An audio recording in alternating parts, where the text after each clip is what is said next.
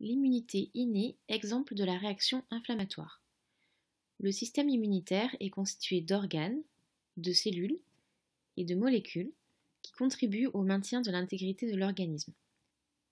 Une réaction immunitaire est un mécanisme de défense de l'organisme en réponse à la pénétration de micro-organismes comme les bactéries ou de corps inertes comme les virus et à la présence de cellules anormales comme des cellules tumorales ou des cellules étrangères comme des greffes. Ainsi, par l'activité de ces différents effecteurs, organes, cellules, molécules, il réduit ou élimine le trouble qui est à l'origine de sa mise en action. Nous allons commencer ici par une présentation générale des deux types de réactions immunitaires.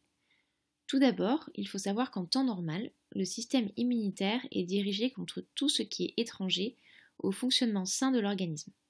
Il va donc faire la différence entre deux choses, ce qu'on appelle tout d'abord le soi, c'est-à-dire toutes les structures moléculaires dont la présence dans l'organisme résulte de l'activité du génome. Donc sur ce document, c'est tout ce qui est tout à fait en haut. Et le non-soi, c'est-à-dire toute substance étrangère à l'organisme, donc ce qui est sur la partie basse du schéma. Donc si ces substances peuvent déclencher une réaction immunitaire, ce sont du coup des antigènes.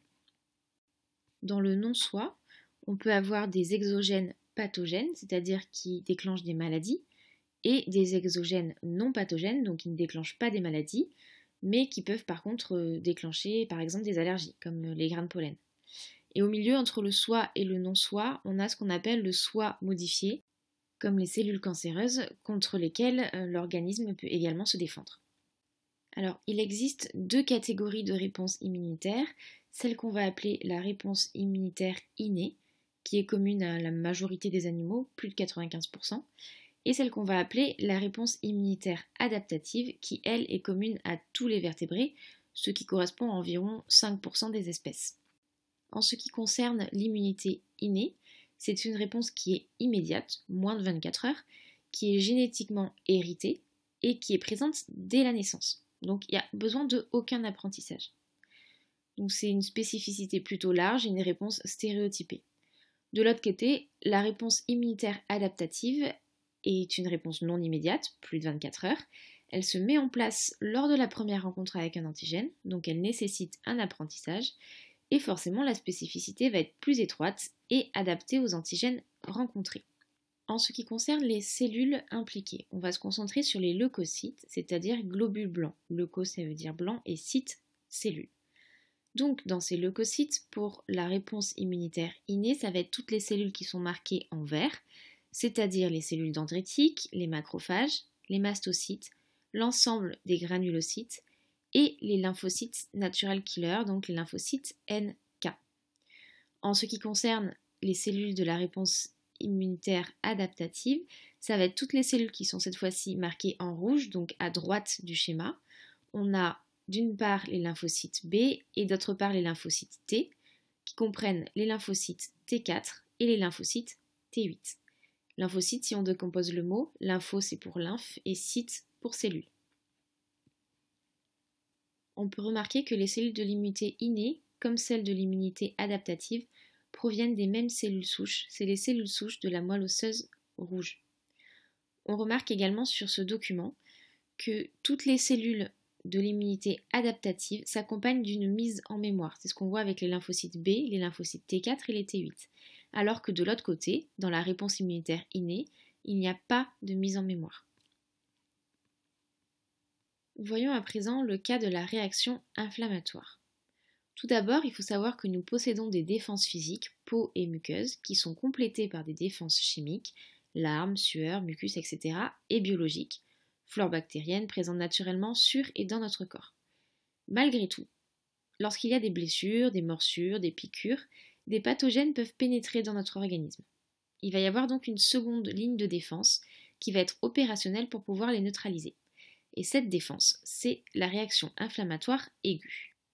Quel que soit le facteur déclenchant, la réaction inflammatoire aiguë se manifeste toujours localement sur le site infecté ou lésé par les caractéristiques suivantes. Première, de la chaleur, ça va être à cause de la dilatation locale des vaisseaux.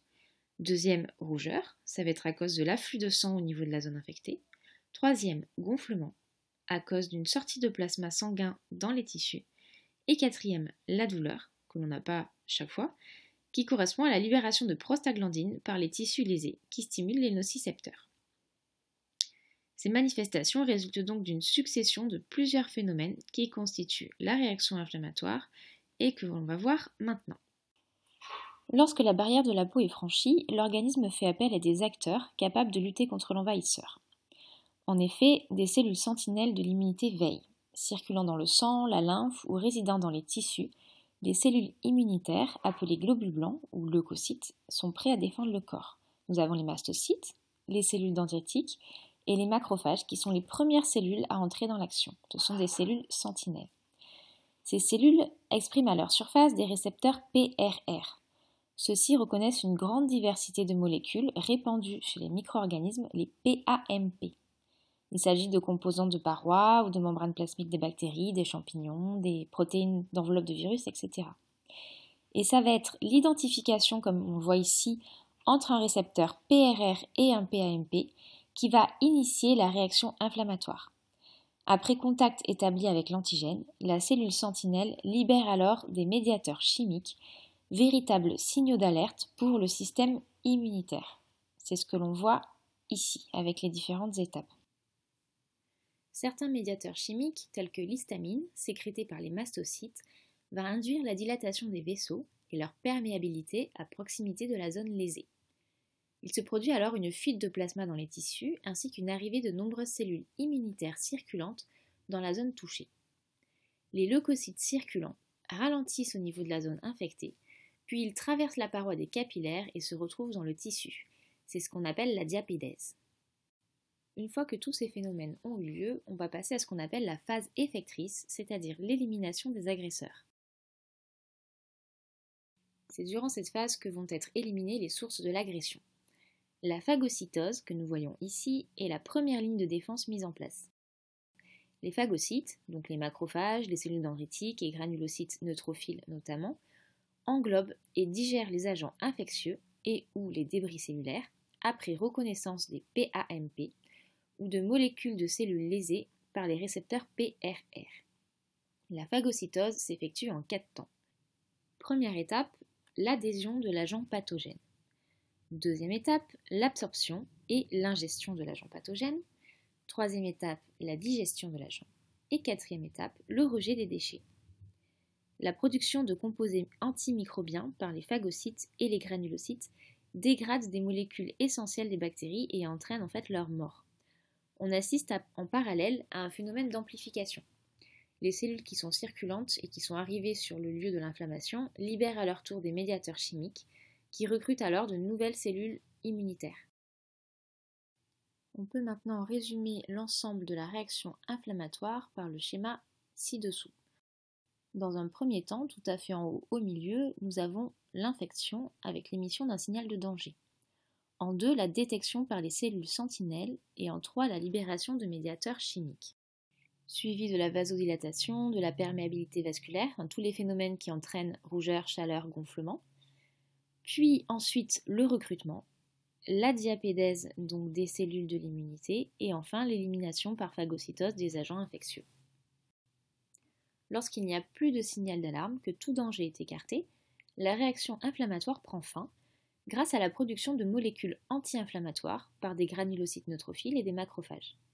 Cependant, si les agents infectieux persistent malgré l'inflammation, il y a alors prolongement de la réaction inflammatoire.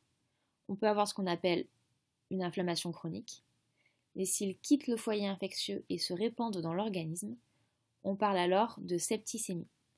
Dans ce cas-là, l'infection est dite généralisée.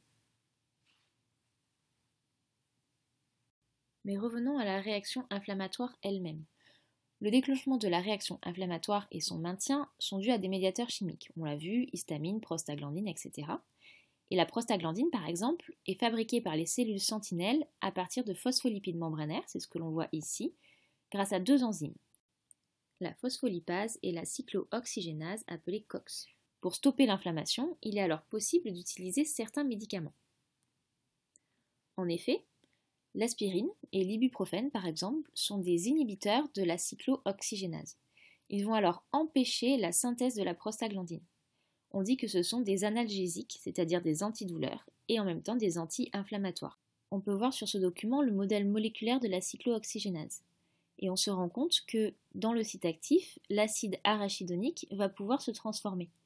Alors qu'à droite, le site actif de l'enzyme est occupé par la molécule d'aspirine, empêchant alors l'acide arachidonique de s'y positionner.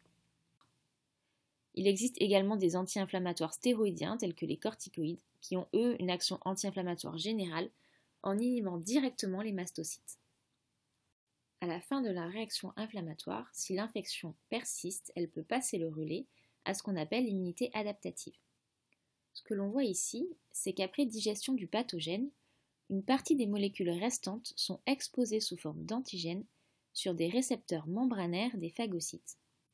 Donc si l'infection persiste, ces phagocytes, notamment les cellules dendritiques que l'on voit ici, vont pouvoir quitter le site de l'inflammation et migrer progressivement jusqu'aux ganglions lymphatiques.